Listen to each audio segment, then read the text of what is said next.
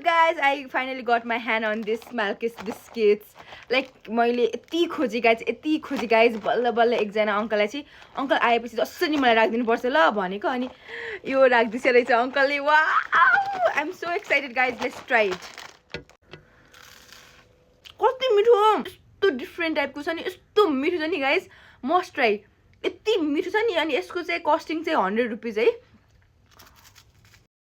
I can eat this whole day. I love it. Malkis biscuit. Guys, यो अर्को पनि try गरौँ यो त्यो चाहिँ चीज फ्लेभर रहेछ अनि यो चाहिँ chocolate double chocolate flavour let's try this also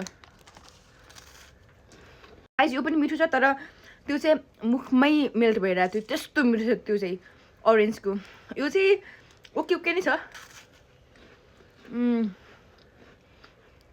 अर्को थर्ड फ्लेभर पनि आउँछ बट त्यो चाहिँ मैले पाएन दिस इज लाइक हेभन